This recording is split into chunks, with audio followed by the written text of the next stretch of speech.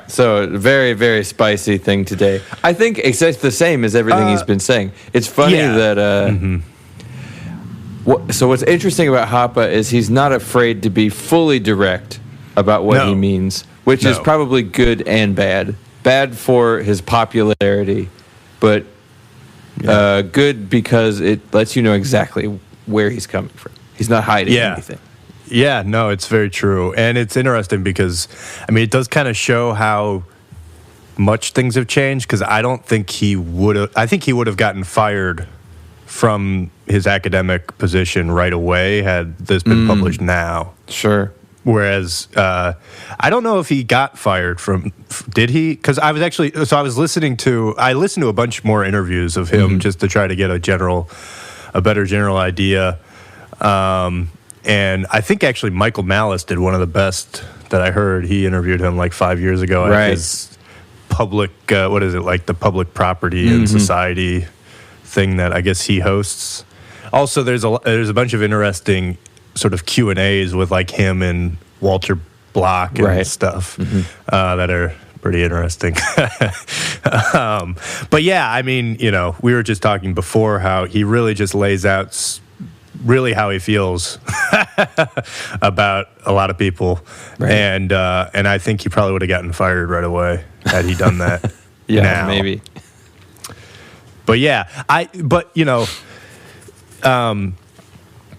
it is spicy. In some ways, it's also like less, like maybe I just wasn't as taken aback because of, you know, having read it now for 3 weeks, right? You know, I guess it did kind of just make sense that he got to those conclusions. I suppose we should say what we're talking about. But but okay, so we were reading what chapter we're reading. It's chapter, 10 or something? Yeah, chapter 10, Conservatism and Libertarianism. Yeah, and it's on the same, we're still doing Democracy, the God That Failed. Right. Yeah, it's a dense book. There's a lot in here. There is. We've only done like a third of it, or a little over a third of it. I was starting to read his, I think his 12th chapter on government and the private production of defense. Because, you know, basically how would you summarize it? Basically, he's saying that conservatism and libertarianism are sort of, they go hand in hand, and they all, conservatism is, as he describes it, someone who believes in the existence of a natural order, a natural state of affairs, which corresponds to the nature of things, of nature and man. And, you know, this goes in line with the libertarian idea that the fundamental right to I guess, everybody is the right to private property, or rather, a right to own it and not have it, you know, seized. Right. Yeah. I think so. I think he talks about how conservatism and libertarianism are natural allies, but they're coming at the world from slightly different perspectives, because conservatism is coming at the world from a traditionalist perspective and a naturalist perspective, that there is an order to the universe that is apparent because of how ubiquitous nature and tradition are. And then libertarianism is coming at the problem from a rationalistic perspective. So there's a rational construction of society and how it should be formed within a libertarian worldview. And that conservatism and libertarianism end up at the same conclusion, or should, according to Hoppe, end up at the same conclusion, just by different means, essentially. Yeah. Yeah, and I mean, he more explicitly defines conservatism as, you know, a conservative recognizes families, aka fathers, mothers, children, grandchildren, and households based on private property and in cooperation with a community of other households as the most fundamental, natural, essential, ancient, and indispensable social unit. Right. So you can see, obviously, how then, I mean, he builds in the definition of private property into that. Yep.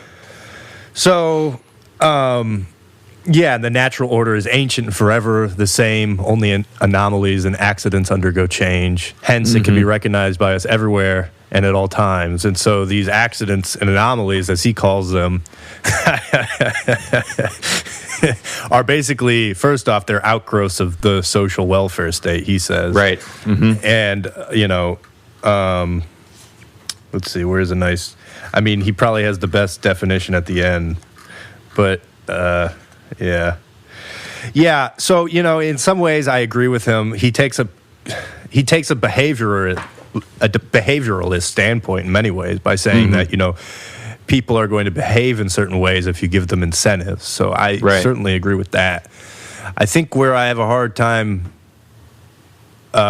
going with him, though, is that he then gets into, he extrapolates a little bit into some of the same kind of discussions we've had about what the community should look like. And so he basically describes what I would say a feudalist community, right? Sure. Because he starts talking about, how what makes the most sense is that you're going to have one person own a bunch of property and then lease it to other people, and then, they have they start building hierarchies, or you have certain people manage stuff. And then he also, builds in the fact that fundamentally you should have the right to exclude people, which I kind of agree with, actually. It's like, so what I appreciate about the world that he's drawing up, and where I'm saying I'm agreeing, we talked a little bit about ahead of the podcast about, like, it's kind of crazy that I agree with him, because he's talking about, excluding gay people, or, things that he calls societally degenerate.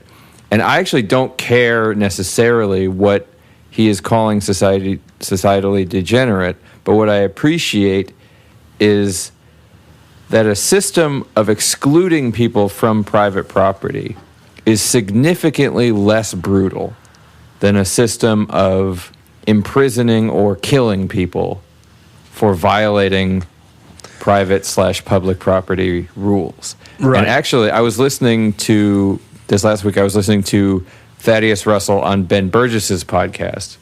Yeah. I listened to a couple different episodes. Mm-hmm. And one thing that he was kind of pressing Ben Burgess on, which I think kind of illustrates where I'm liking where Hoppe's coming from, is, Ben Burgess is talking about a society where, everybody has health care and people don't have to work so much, because I feel like, Ben Burgess is sort of a social democrat. Mm-hmm. That's how he and so he's himself. Sort of, I would call him like Marcuse light. Like they want half of the Marxist utopia. You have to work still, but you only have to do a half day. That kind of a thing. So what Thaddeus Russell was pressing him on is, what if I say no? What happens? Mm-hmm. And then, Ben Burgess is kind of like squirming around, say no to what? He's like, what if I say no? I'm not going to work for the society. I'm not going to pay taxes. Then what happens to me? Mm-hmm. Because in the other world, where everybody owns their private property, if I say no, nothing happens. The only time something happens is if I try and infringe on your property rights. Right. And so that was exactly what I was pushing you on, before the podcast. That is that, I was like, he's starting to lose me here. Right. And you're like, why? And I was like, well, do you agree with everything he's saying? And you did clarify by saying that you're not a conservative, because basically he's saying, they, the advocates of alternative non-family, the kin-centered lifestyle, such as, for instance, individual hedonism, parasitism, nature, environment, worship, homosexuality, or communism, will have to be physically removed from society, too, if one is to maintain a libertarian order. But physical removal from society in Hoppe's world does not mean putting them in a federal prison.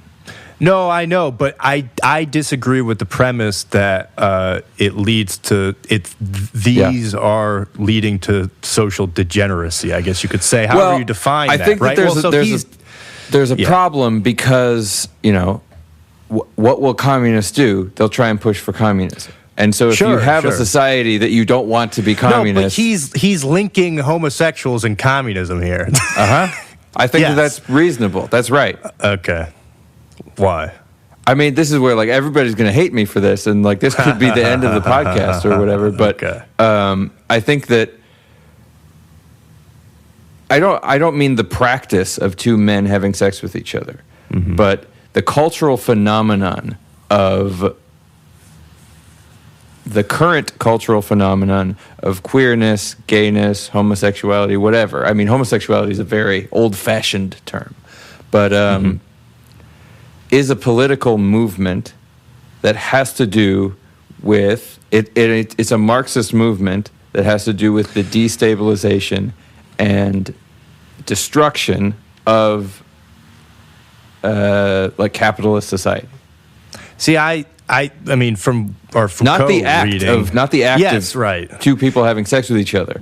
Well, and I think this is good to emphasize, because you are saying, like, we are getting into hot water here. And before the podcast, you said you don't really care what other people do, and it's true. I don't care if someone's a communist either. And you also said how you wouldn't mind living with like gay people, right? I kind of like living in crazy places. Right. In fact, we have lived with gay people. You and I have lived with so it's so like many gay people. I want everybody to understand that, though. And yes, right. I mean, part of it, people are going to be like, especially the probably anarcho-capitalists that are listening to this. But the other thing, God. to be fair, is I don't mean to implicate him in this at all. I'm like, he may or may not agree. I'm sure he doesn't, and that's okay.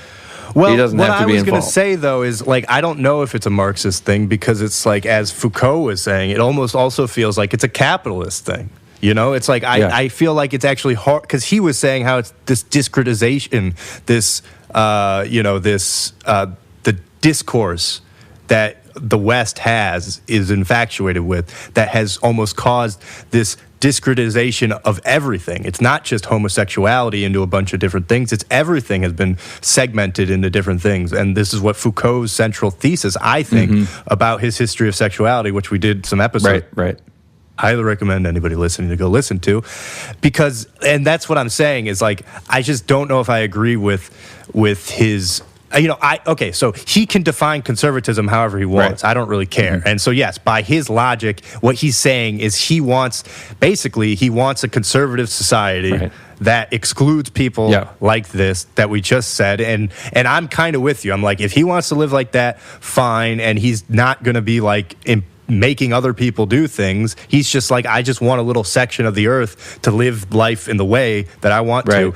I am kind of like, okay, who cares? I don't feel that way. Like, I don't feel like being around communists and homosexuals and whatever the other people that he mentioned is going to, lead to societal collapse.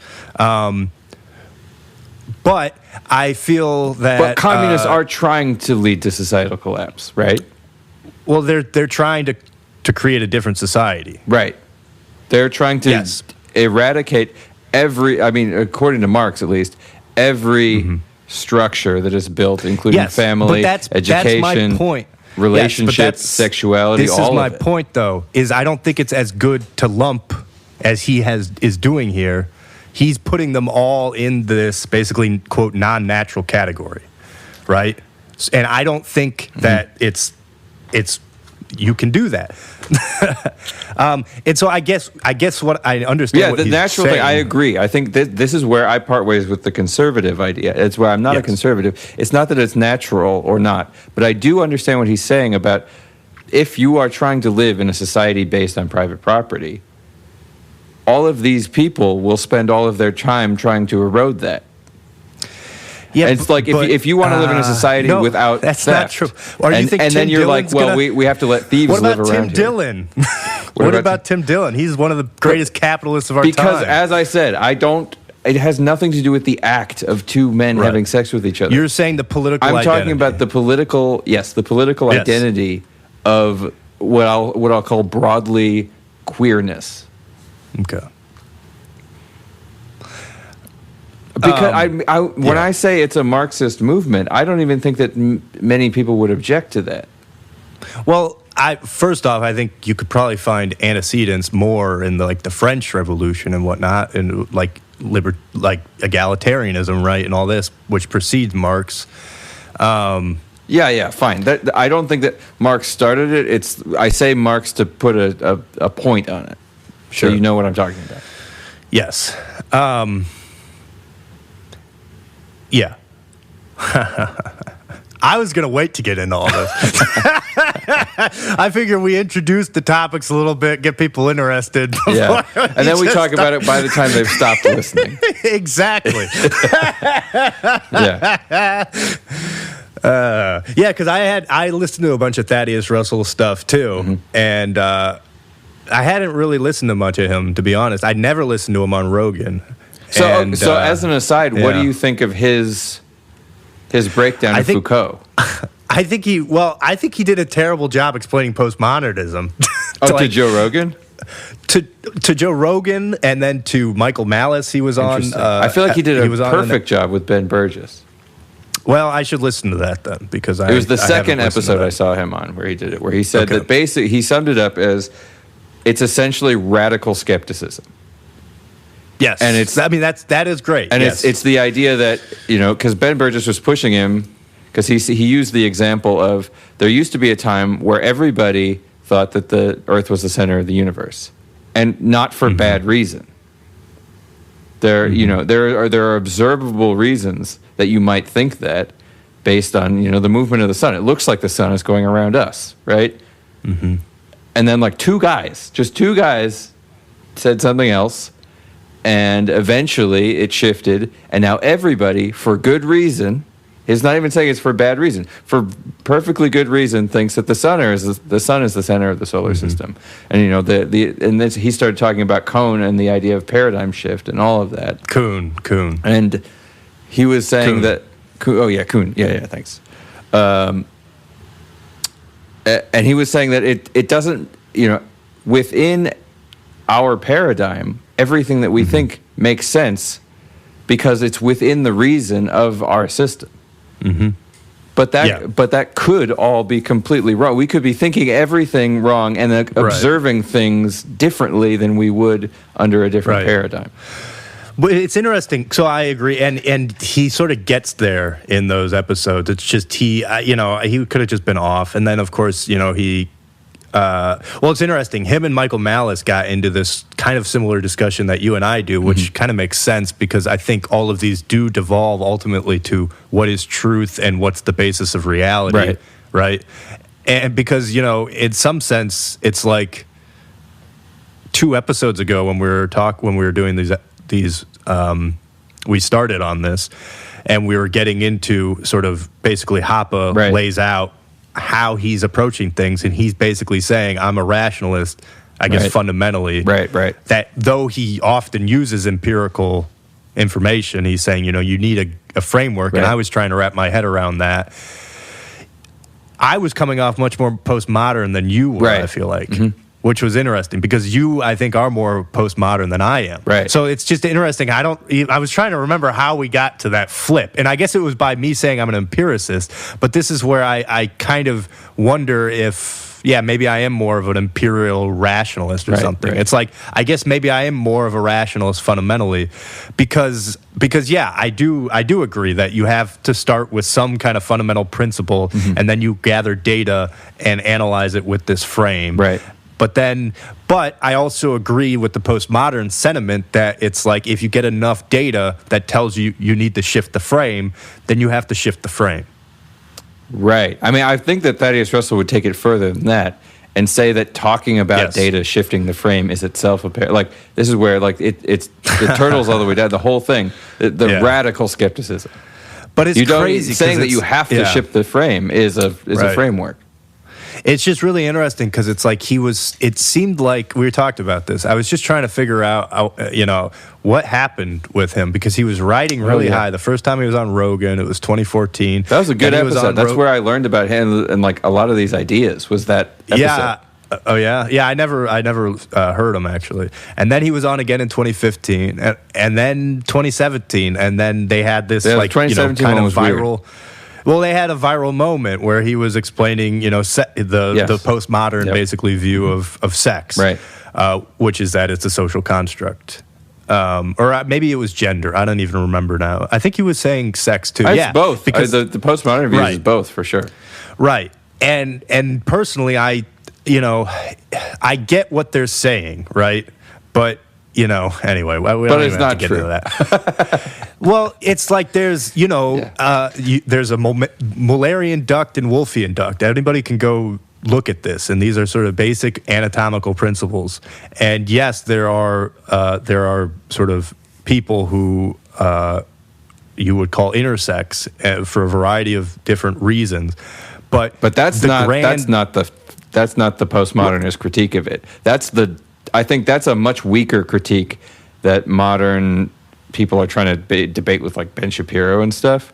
The postmodernist critique is that all of this anatomy, this is all constructed. Like the penis is a definition; it's not a real thing. Right. So it doesn't matter about the intersex. That's like a side point. Right. They're attacking the. They're attacking the everybody is an island, principles. essentially. Yeah. Everybody is unique and is an island, and it's anytime you group them into a group, it seems, is what they're saying, it's a construct of your own making. Mm-hmm. And that's the thing, and so that's why but he it's just interesting because after that 2017 episode, he hasn't been on since. No.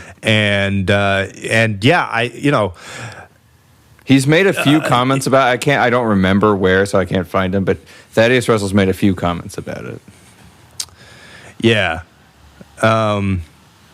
It's just interesting because I actually have a bit of empathy for him because I feel like I could see myself being in that position where it's like you start riding high and then you make a few kind of like, again, he could be completely right, but I just didn't feel like in the various interviews I was watching him, he was not presenting it very compellingly, and I think it's amazing how easy people sniff that out on the internet, myself included. Mm-hmm. Just listening to it, I'm just like, this just is not.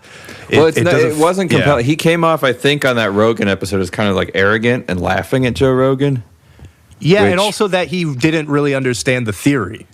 That's how it came off to me. Yeah, maybe. And again, with the Michael Malice episode, too. Interesting. But anyway, yeah. Well, it's kind of like the Curtis Yarvin thing you sent me to listen to. He came off really poorly. Yes. Yeah, where he which is funny because I'm listening to Ben Burgess, and it's like I have a million arguments against what he's saying. Yeah. And Curtis Yarvin's just being a douche.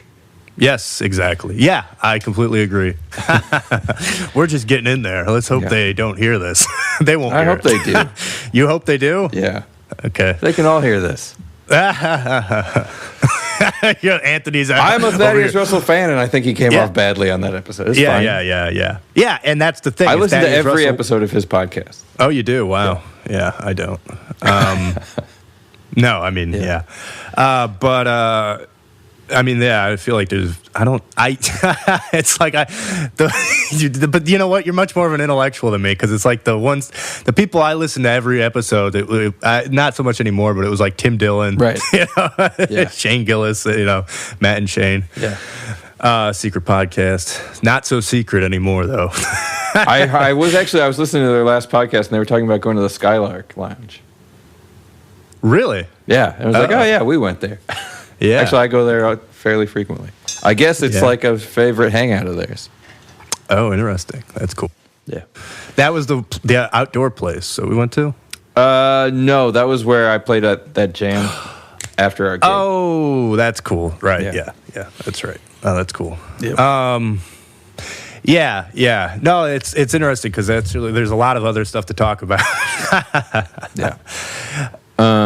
Yeah, so I agree with you. I don't really care how he defines conservatism, but given his definition, he proposes what he is defining it as, and then moves forward from there, and then beats up Buchanan for pages and pages. Yeah, which is, I think, one of the things that got Michael Malice into him, because he called him like democratic social. In like the 1994. He called him the right-wing populist movement. What does he call it? He calls it the... the National Socialists. He called them the Nazi Party, basically. Oh, yeah, he does that. He does that later. But proletarian conservatism. Oh, I see. That's funny. Yep, yeah, National Socialist, exactly. Yeah. Yeah. I will say he does have a very funny sense of humor when he talks. He's actually it's interesting. He's got you wouldn't think he'd be so funny, but then when you see him give a lecture, he does have some nice quips. Very dry. Yeah. Very dry Northern German sense of. But yeah, I mean, that was a big issue that I had because it's just, But it is a linchpin of his argument, because he was sort of proposing this to say how like left-leaning libertarians are sort of not real libertarians. And then he did this whole historical analysis of how, you know, the Libertarian political party, you know, started in 1972 on the back of all the Vietnam protests and everything, and so it got a lot of these countercultural people into the party based off of the fact that they were sort of, you know, they were non-aggressive, so they were against the war in Vietnam and whatnot. So you, of course, are going to get a lot of like hippies and whatnot, people on the left kind of looking at it and like, well, maybe this is where I belong. But yeah, I mean, again, so there's a few issues that I have, I guess. So let me try to, I think I've sort of said it, but the thing that I agree with, though, is I do kind of agree with this idea that we should bring back the ability of exclusion, I guess, you know, because it's like, I think that it is. We have it in many situations, and it's our natural way of interacting with each other. We have some friends, but not everybody's our friend. We have friend groups. And if somebody becomes too annoying, we kind of exclude them from our friend group. There's stores we like going to, there's restaurants we like going to, and ones we don't like going to. Right.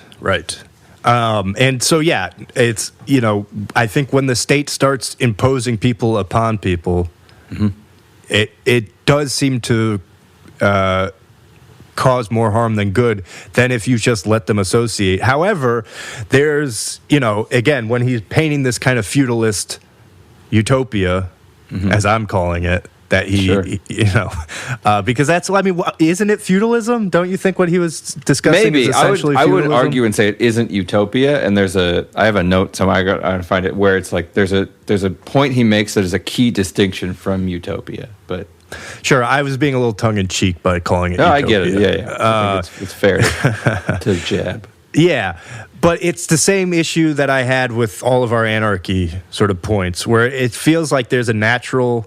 So he's basically saying, right, you give people the ability to own their own property, and ultimately what's going to happen is you'll have some people will own lots of property and then lease it to other people. Right. And then this allows you to sort of take care of like rowdy neighbors and whatnot more easily, because there'll be contractual agreements that will empower the property owner to be like, okay, you're not following the codes here. And in Hoppe's utopia, it would be a conservative libertarian, order.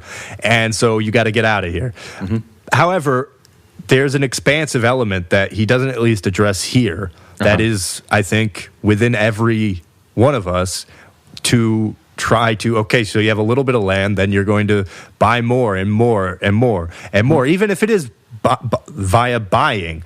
But at some point, I feel like in a utopian world, you will have not a utopian world, a libertarian world. You would have consolidation into one thing, and then this one thing, if you want to call it a government or not, that's ostensibly what it will be. Or maybe it won't be one, maybe it'll be multiple, kind of like we have now, where we have, about 200 countries or whatever it is in the world. Right. But people are going to consolidate into large swaths of land, and then you'll have, you'll have the same issue that, like, if you're calling it government or not, there's going to be sort of legalese that is directing everybody to operate under certain things, and you will ultimately end up with non-consensual governance, which is kind of what my big conclusion with our anarchy debate was. Now, it seems like all he's saying is that he just wants a section of the earth to be allowed to have basically an anarcho-capitalist part. But I'm saying that it just seems like, and maybe this is where, like, maybe he's like, he's like autistic, because he's so logical, that he doesn't realize that there are people out there who just maybe who don't think as logically as him and actually don't care and kind of want to see the world burn, in the old Joker expression, and are going to just try to screw things up. And yeah, I mean, and if they get into large enough numbers, then they'll overtake an anarcho-capitalist, quote, society, Yeah. Anyway, maybe. Yeah. I think I cede the floor. Yeah, I think it's this thing. It could be argued that it's inevitable that like monopoly will take hold. Milton Friedman argues that without governmental monopoly, most monopoly won't be able to take hold because you can always undercut. And yeah, but it's just like a musician can always play for less and get the gig, kind of a thing. Yeah. But you're always going to have cheaters, and that's the thing that I feel like none of these people really take into account. What's cheaters. the cheating in this case? What do you mean cheating? Well, I mean, undercutting isn't cheating unless it's illegal, which is cheating sometimes. Cheating in the case of, I guess, the libertarian or standpoint. I guess could be using force to trade with people, right? Yeah, okay, sure. Saying like, hire me or else. Yes. Yeah. And then if you're more powerful, what are the people going to do? And so, of course, there's the non-aggression principle, which you hope everybody is going to abide by. But that's just... But this is where the private defense, which we didn't read, comes into it. Right. Which is the idea that, so A, people are personally responsible for their own defense. And a key point that keeps coming up Hoppe lays it out specifically sometimes, but it isn't laid out specifically enough, I think, is that when you are responsible for yourself and your property, you will actually engage with those things differently. Responsibility has a weird kind of cultural connotation these days, and we don't think about what it means. But to be responsible is to care for properly. So if I'm responsible for my safety, that means that I am taking care of my safety either to the extent that I need to personally with, whatever, like locking the door, having guns, or having security, or having a neighborhood watch, or whatever. I mean, it can extend, contractually to much larger situations. Sure, but that uses, again, under the assumption that the private contractor that you buy is going to actually be able to protect you against the bigger aggressor in this case. Right. In the case that I'm saying, this is an aggressor that, has more aggressive power than you, and that's why they're able to do do this or else. And I'm saying that it seems like you have crafty people in the world that are going to operate under a no rules principle. I think anything goes. Sorry, I'm interrupting. No, that's really all. Yeah, go ahead. I think that's true, and here's where I guess I have a hard time. I have a hard time with your argument, not because I think it's definitely not true, but because what you're saying is the case today. Mm-hmm. There are people who are pretending to protect us, and they're actually hurting us. Mm-hmm. There's people who are forcing us at gunpoint to do all sorts of things and pretending it's for our own good. Like pay taxes. Sure, or whatever. Lots of stuff. Yeah.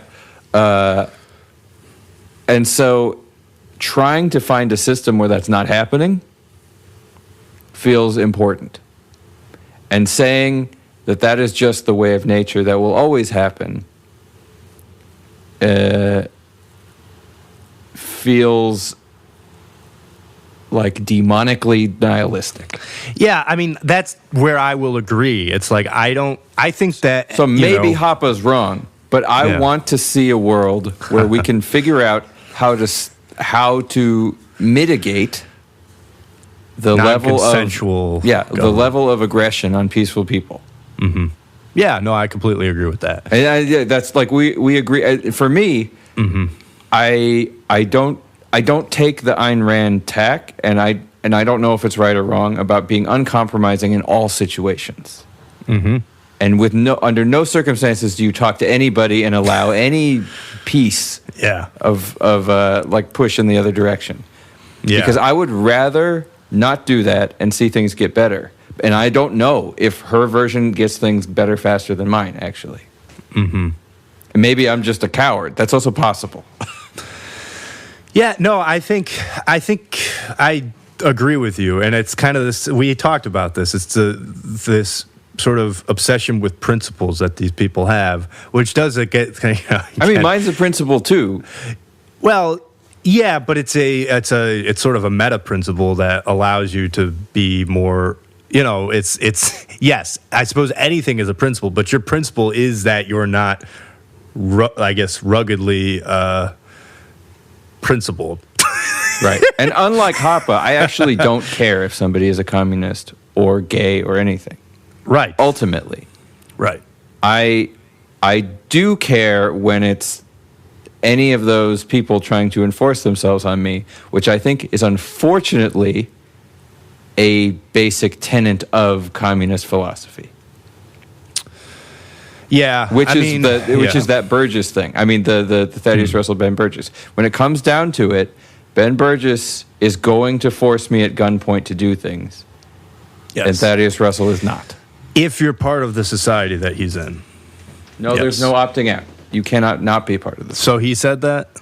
There's no because that's society. Are you in this society or not? Well, that's what I mean. Is unless you leave the society, right? But in the full democratic socialist society, there is no leaving. One world government, right? Right. Yeah. And this is where, I mean, and this is maybe why I wanna just hope that it's like the logical end doesn't lead to what Hoppe is saying, because I kind of agree with a lot of the principles that a lot of these libertarians espouse, especially in the Q&A, of essentially smaller government at least is better, like smaller principalities. And this was something that, they didn't talk about in this book yet, or at least we didn't read it in this book. But, they kept using like the example of Switzerland, right, which isn't a perfect libertarian, society, but it's certainly the most libertarian of all the European countries, right? Right. I mean, it's not part of NATO. It's not part of the EU. You can have guns. You can have guns. Yeah. I mean, it's kind of amazing that it's like, it makes you wonder, why is Switzerland, like, how did Switzerland I learned that you can have this? guns in the Czech Republic, too. So we have this idea, and it's like Scandinavia and Northern Europe that they're really tight on that. Yeah. Austria is not part of NATO either.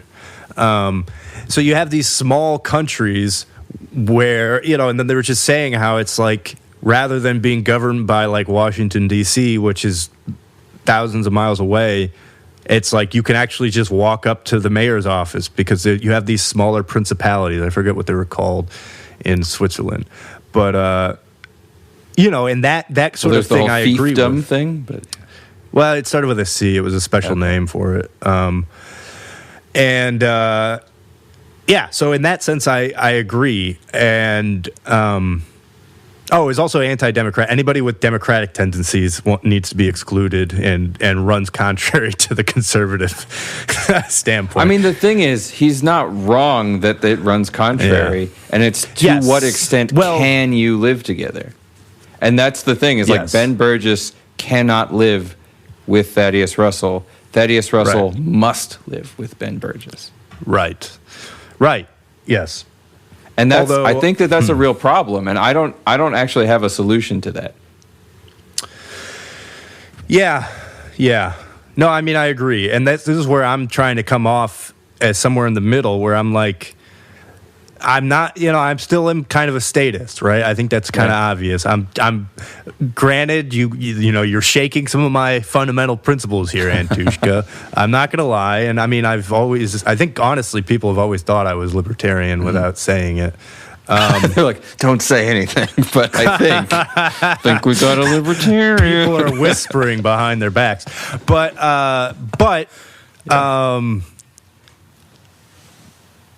Yeah, it's just this idea of moderation, I suppose. Maybe I'm Aristotelian. Because it seems to me that, first off, all of these principles end up kind of starting to sound like the same. Like, even though he was saying he doesn't want monarchy, it's like, what is this feudalist sort of thing that he's talking about but a series of small monarchs? And then it kind of makes sense that he would be thinking about this, because it sounds like a lot of what basically Germany was before it was unified into Prussia, right? It's like an atomized monarchy, right? Like you're king of your property and your neighbor's king of theirs, and it's just very like extremely small kingdoms. Right. And so I understand where this is coming from. Curtis Yarvin makes this argument all the point. It's like your iPhone is made by a monarch, right? Every CEO is a monarch.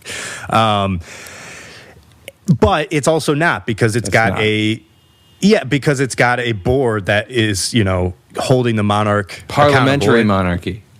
It's constitutional monarchy, right? Yeah. So this is why. Also, they're not, because the government has tons of regulations on corporations, and so. Well, yeah, because they're within a larger sort of system, of course. But I don't know. It's just. So the quote that I think that is. Well, maybe I'm going back. Hey, I'm going to pull the plug on this one right now. We already talked about this, but yeah. So everyone's a little. He comes off like a monarchist. I guess he basically is. I think, though, the big difference between private property as a system versus sort of the tradition of monarchy and subjects and things like that is because a traditional monarch, from the 14th century or something, not only owns all of the land and the buildings, but they also own the people. Mm-hmm. And from a libertarian perspective, the ownership of people is not a legitimate form of ownership. Completely. So yeah, like anybody would need to be free to leave, obviously, and I think that is a big distinction. And I think that where I say his system is significantly less brutal, it's addressing kind of both sides of the coin.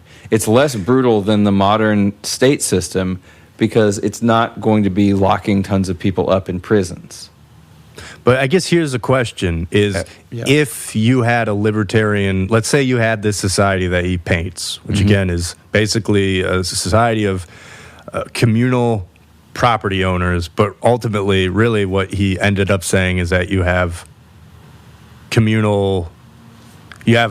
a bunch of landlords basically that people are leasing from. Right. And then or you could become a landowner. You could become a landowner. If you can figure it out. Yes, if you have the means, you could go and become a landowner if somebody's willing to sell it to you. But, well, that's first off. If somebody's willing to sell it to you, and then, then we have this whole question of, But they probably will be. That's the thing. The situation of like one person owning everything, that's what happens when you have states or you have a monarchy or something like that. I think this is why a lot of people from outside of the West push back against this kind of stuff, because it's like, oh, of course the West wants property rights because you guys were the first ones essentially to go around and try to say, okay, this is all my property. And so now, I don't think that's the idea of property as in, these are mine because I made them. I don't think is just the West. I think that is a basic idea. Like, I carved this piece of stone into something. It's mine. That's going to be everywhere in the world. It was codified most directly in the West. With, enshrined by treatise, law, for sure. And then also, it was certainly the West has been, I guess, the best at going out and capturing other parts of the world. Mm-hmm. I mean, we would agree with that, right? Probably. I mean, we're living in America right now. You say it, and I don't immediately have a... Yeah, I understand. Yeah. I think, that sounds right. And, I mean, this is ultimately the issue, though, is that then people are like, well, even though, like, the Native Americans, we didn't have the sense of property, it's like we were still here, right? And so do we not have any right over the land? Right, but this is where I'm also not a conservative. I'm not trying to go back to the 14th century or the 15th or the 16th century. No, but I'm saying that there's always people that have head starts. And then you also, so within that, there's, just obviously inequality right off the bat. And so this would have been, I think, an easier system had like we Europeans stayed in Europe and done this within ourselves, right? Because then at least this is essentially the problem that Israel's having right now. They're trying to, claim a part of land, and then you have other people who are like, well, even though you're saying that you have a deed, that deed doesn't mean anything in my system. So It's like it's everybody's always, and this is what the ultimate sort of Walter Block and Hoppe disagreement over it was. Is like it's just who has the most precedent here. How far back in history do you want to go? Right.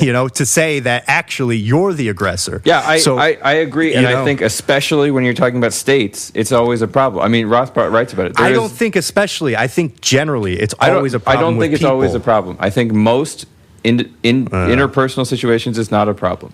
Your neighbors are not trying to get into your apartment and claim it as their own. There's neighborhoods where there's people aren't just warring left and right. Have you heard about all the squatting that's going on right now? Oh yeah. Government intervention, giving people unearned right to spaces will make. Yeah, so like squatters' rights, for sure. If you owned property and you had a right to evict people however necessary, that would not be the case. It's because they're granted right to that space by occupying it physically. Or is it that they feel that, somebody on there... I mean, okay, so yes, getting outside of the idea of squatters, right? And going back to the very sort of, I guess, corporeal example of the Palestine-Israel conflict. It's like, the key difference in that is it's a state. Most neighborhoods are not just warring with each other all the time. And like the squatters thing, that's still not even close to most people. Like most neighborhoods, you just walk through, there's no wars going on. But if you have a feudal land, you have a feudal group, you don't have to call it a state, right? But essentially it's operating like a state because you have a landlord that has, 1 million tenants. But he doesn't have a right to the people. The big difference with Israel-Palestine is the state of Israel claims a right to this people in whatever the non-state of Palestine is.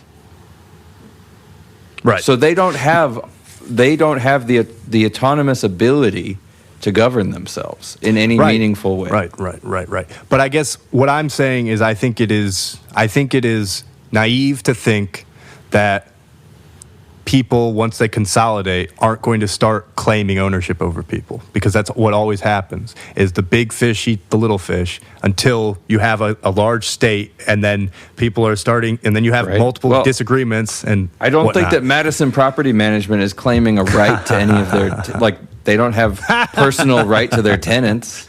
Wow, I forgot about them. Yeah. Right. But they don't see them as their slaves or their owned people. They're a source of income. Mm-hmm. Well, so I got on this though to say, I mean, I've said this point a lot, whereas I just feel like it is, and he makes this point a little bit in chapter 12, because he starts basically, again, he doesn't agree with the Hobbesian model that people are basically brutes by by definition, whereas I think that we start out as brutes.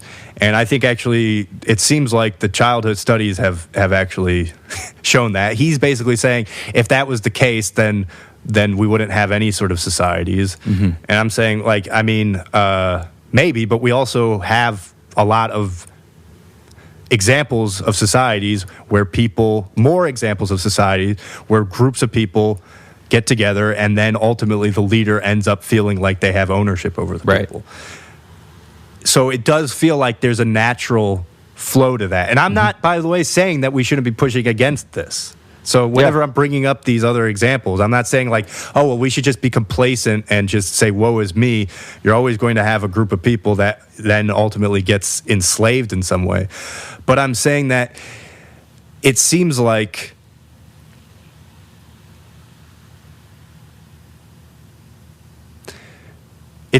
the group, I guess I still don't understand how these societies can withstand a tyrannical outside force. Right. A tyrannical monopolizing outside force. Yeah. I don't know the answer to that. What I would say is my focus tends to be bottom up. So like we're talking, I'm talking about neighborhoods not going to war with each other. I pick a relatively small company or a medium-sized company in a small city. Right. I do these examples on purpose because I'm saying at the individual level, it's not, it's the world looks very different than when you're looking at Israel-Palestine. Yes, and I agree with that, by the way, of the scale being incredibly important. Right. What I will say is that the tyrannical force of the United States military, in all of its power, God bless it, has a very, very difficult time, seemingly, dealing with well-armed and unorganized populations. And so this is where... maybe. Like, we didn't do too well in Vietnam. Yeah. Well, Afghanistan took, 2 decades, and we didn't really do very well there either. And I don't think that's just the U.S. I think that an unwilling population, as seen in Palestine, Israel, is very, very difficult to deal with. What? Yes. The revolution, too. I interrupted. But the Revolutionary War was that, too, right? Yeah, exactly. Guerrilla warfare, yeah. So I don't think that there is a surefire, this will always work in all situations. I think sometimes the big power wins. Right. But I think that it is difficult for the big power to win without the consent of the governed or whatever. And, I think Hoppe would agree with that because, obviously I don't know, but one of the interviews was actually very interesting. He was talking about the Ukrainian sort of Russia conflict, which I think he basically feels like, I think he feels like that we were the aggressors. Right.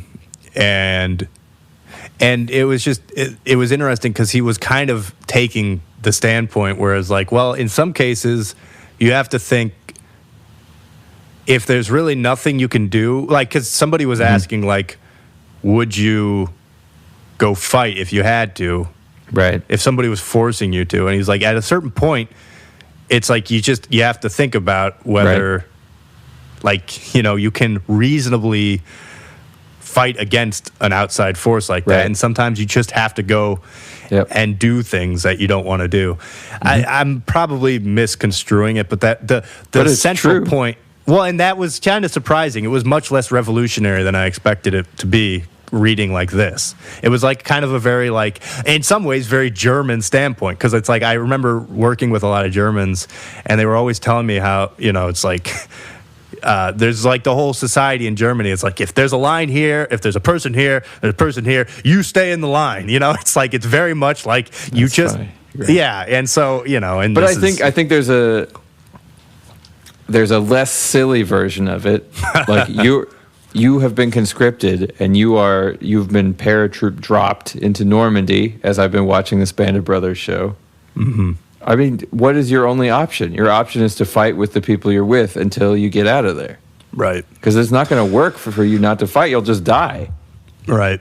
Well, and so that's my point, is it's just, this is it, is like, I keep saying this, I've said this kind of a million times, is like, idealistically, I think I am an anarchist, or probably an anarcho-capitalist. It's like, I'm very individualistic. I don't want people telling me to do things that I don't want to do, because I feel like I have the sort of mental capacity to realize that there's work that needs to be done, and I will do it without having to be forced to do it. Right. But it's that sort of problem of the fact that there's just people out there who just don't have any principles, basically, other than domination for the sake of domination. But when most people are forced to take on the task of responsibility, those people there will be fewer of those people because there have to be. Because if there is no system supporting everybody. I wonder. Sorry. You say there has to be, but I wonder about that. I mean, there's more homeless people now than there have ever been in American history. And so you're attributing this to people. I think that our welfare state that he talks about has enabled people to have such low responsibility over their lives. And when I say welfare state, I don't just mean poor people on welfare. I mean that system affects every strata of society except maybe the wealthiest. And like the Social Security system, like he talks about, enables families not to be responsible for each other. Right. And everything about it allows us to sit in our focus of, like trying to get one over on somebody else. Because that's the thing, is when you're being responsible for yourself, you can't be doing that. You have to be doing what you need to be doing. Right. And I, and again, and that's a very conservative perspective. It's a little bit like like you make your teenager busy with a bunch of activities and they can't be going and getting into trouble. Right. And then you put responsibility on their life. They're in band and they're in this class and this club and stuff, and now they have responsibilities to those clubs and things. And then a lot of parents, at least traditionally, tried to instill that sense in their kids so that those kids weren't going out and trying to get into trouble. And those kids will do everything they can to try and still go out and get into trouble. But yeah, because I was in all those things, and I didn't get in any overt trouble, but of course I was. God only knows what I was doing. Yeah. And that's kind of what I mean. And maybe it's because I, am a product of the welfare state. I don't know. It's like he definitely is bringing up some interesting points to think about. And I agree. It gets harder to defend it after 60 years of implementation when you see the state of society. Now, he's putting the state of society on that. I think it's right. It's tough. This is where it gets tough, and this is where Ben Burgess would of course say it's because there's not enough, right? But this is where I think I lean more towards the libertarian side and say, it does feel like, especially when I just look at my friends who are not, we're like in our early 30s, right? And there's many of us, not myself, thankfully, but like a lot of us who haven't. Well, and me in some areas, right, who haven't achieved sort of the things that it seemed like every other generation achieved, right? Right. And then you realize how like everybody's hooked on porn and video games and whatnot. And but it's like, is that to do with the welfare state? I don't necessarily think so. I think it's just it is hedonistic, as he points out. I guess, is that not natural though? Like hedonism actually seems very natural. It's right. It's I agree. Dopamine in action. I think I struggle with the natural bit. Yeah. I don't know how to determine what is and isn't natural, and I get I'm a little conflicted because when he talks about economic laws and things like that, they make perfect sense to me, what he's talking about, like the idea that taxation can't create wealth. Right. Of course. How could it? Rationally, that makes perfect sense. But then the idea that we are able to intuit or observe or rationalize what is and isn't natural feels like a much more difficult problem to me. And I don't know. And I don't know that we can or we can't. I just don't know how. Well, because there's things that feel natural to me that I would basically, would say we don't even need to argue. This is just true. Like things die or something like that. And I think the problem is it's a little bit like what he was saying in the first chapter. Trying to argue or prove that things die is actually kind of a difficult or impossible thing. And you need to come up with some definition of death that isn't really going to fully encapsulate everything that's going on there. Well, and honestly, he's saying private property is the natural order thing, and like even that you could quibble with, because it's like, well, what was the precursor to civilization was nomadic people. Right. It's like before we had agriculture, we were moving. I think if you look at the Lockean formulation of private property, I think it makes sense that it is at least a natural order. Like his AB, like the example. But I thought we'd even go through it on the podcast. I think his formulation makes sense, And it's like, I think it was Locke's example was about acorns or something like that. Mm-hmm. But when he was saying that, if person A, like does something, like ingests acorns or something like that, mm-hmm. and then person B claims that those are actually theirs, what they're saying is that they own person A's body. And so the reason that private property is a natural right is because we naturally own our own bodies, just definitionally. Not that somebody can have a deed like a slave. That is an illegitimate claim. And that our bodies are under our own control. Yeah, and I think I would agree. Except in your example from way back in Rosewater Lane, where you hook up like electrodes and make somebody dance. But, I mean, there was just the first Neuralink guy on Joe Rogan's, and they were talking about exactly this, about how eventually this could conceivably be hacked. Neuralink could be hacked, right? And then you could start making people do stuff. Yeah. I mean, that's the thing. So we're much more hackable than I think anybody appreciates. But I mean, that's, I guess you could say, unnatural, right? And I guess that's kind of my point, though, is I will agree, and I think he's essentially saying this, and this is why I keep coming back to how I think talking about all this stuff with more clarity about consciousness helps to make things clearer. Because I think really what he's saying is the natural state of a conscious being is that. It's the Lockean state. It's the fact that you have ownership over yourself. Right. An unconscious being doesn't have any of these principles, and I think that's where we all came from, the animal sort of state. And you see that all the time in the animal kingdom, where it's like, you'll have a lion eating just a gazelle, and then a bigger lion will come over and it'll take it, right? Because it's like, we could live that way, but I don't think we want to. Yeah, well, we are, man. It's taxes. That was you failed it. That was an analogy. The little lion was the individual, and the big lion was the government. The government, man. But yeah, I mean, that's the thing. And then if you're nomadic, you're not sort of laying claim to any land. I mean, I get it that property isn't just land; it's other things. But in many people's instances, the beginning of civilization, which is what he's talking about often, right? He had his whole de-civilization versus civilization in the first chapter. So it seems like a lot of his groundwork is in the pro-civilization standpoint. Yep. It is once you basically lay groundwork and say this is where I am. This land is mine. That's the beginning of civilization. But is that natural? If actually we came from before, and this is my point. So anyway, I mean, I think natural needs to be defined. This is the thing. Well, I actually defined it. I don't even just know what it means. It. What did he define it as? I must have missed that. I'll say it again. Antushka. All right, thank you.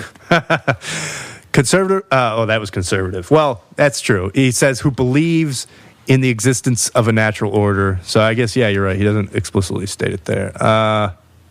Let's see. The natural order is ancient and forever the same. Only anomalies and accidents undergo change. Hence, it can be recognized us everywhere and at all times. I mean, it's kind of a cop-out definition. Maybe he defines it I don't think that's a definition. Elsewhere. I think he's just asserting that the natural order is everywhere. No, but I mean, he should have defined it here because this is at the very beginning. Yeah, I agree. He should have. I don't remember him doing it.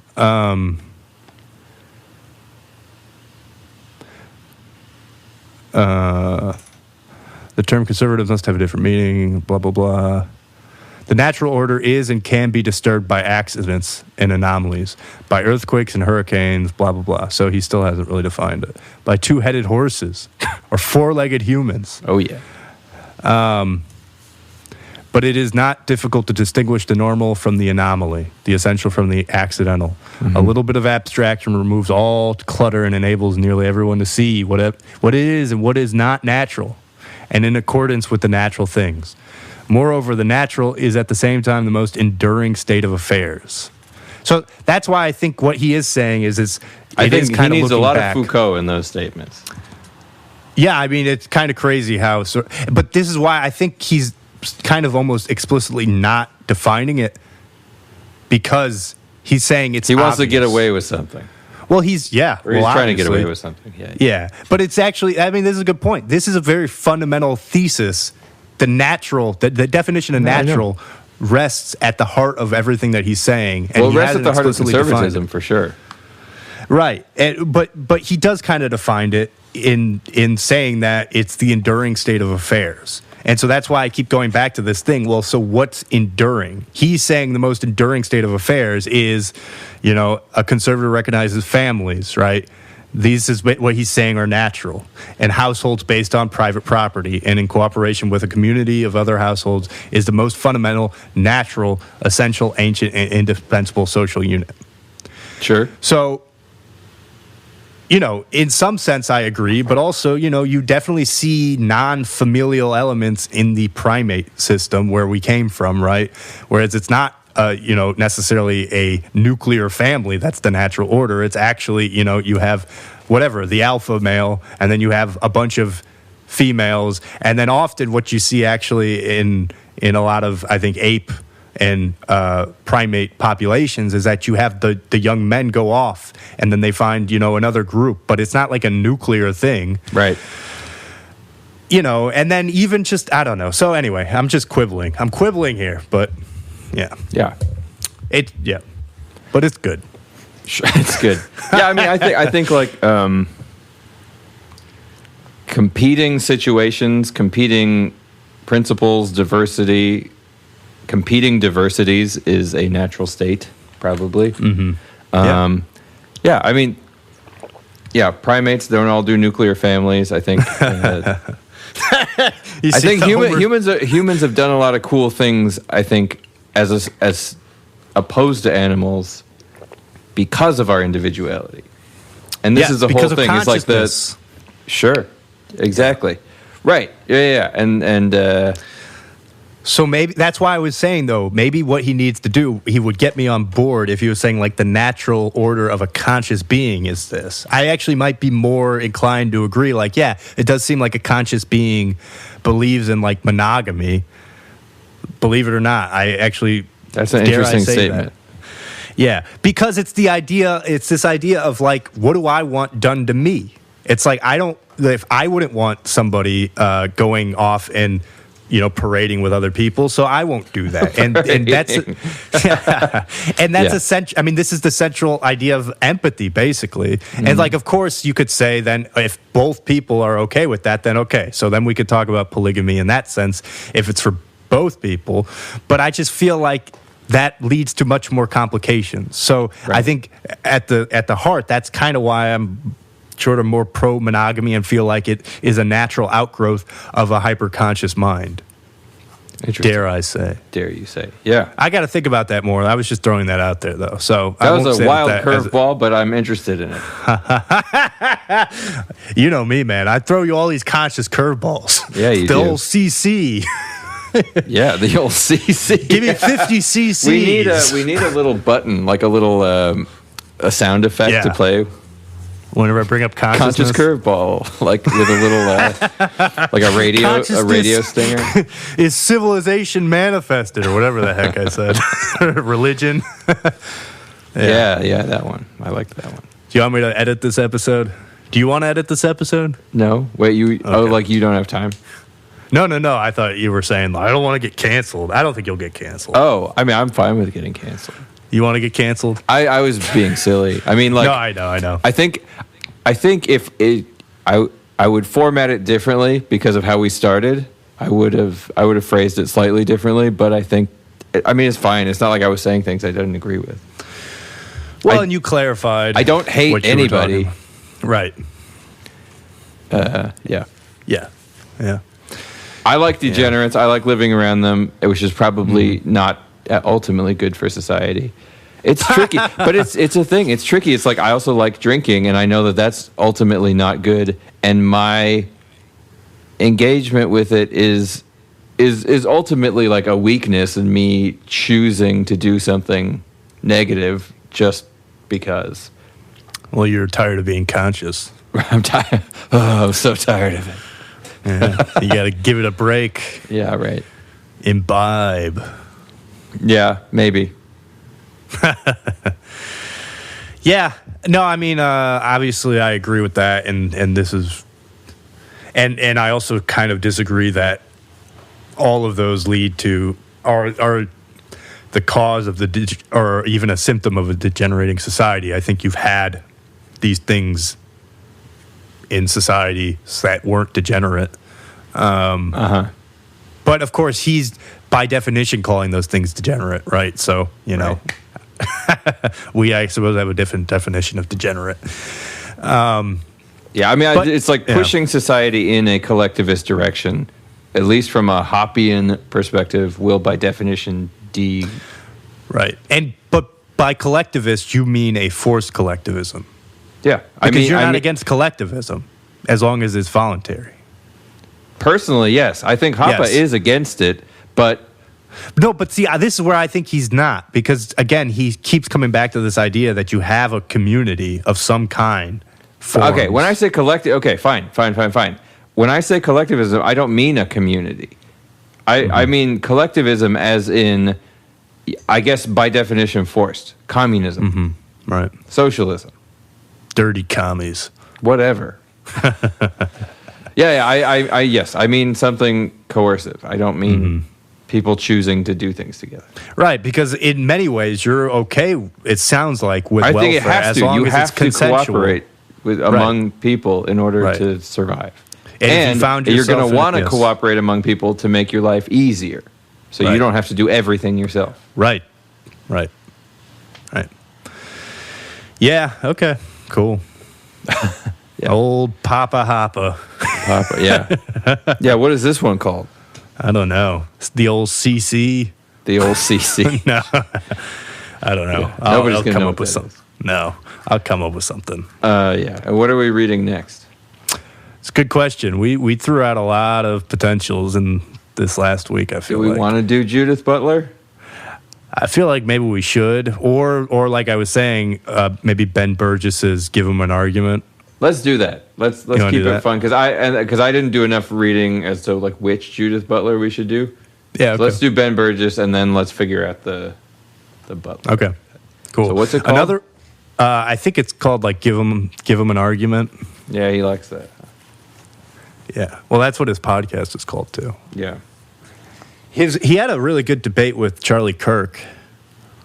I thought. Was that a good one? I didn't watch it because I don't love Charlie Kirk. No, so I don't really know anything about Charlie Kirk, but I was just looking up more Ben Burgess debates. Right.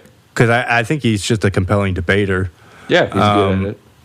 And I thought that was they were both at least very cordial. It was kind of nice to hear, even though they disagreed about a lot of stuff. Versus, like the the Burgess Yarvin debate, where it was just like, just ad hominems and stuff.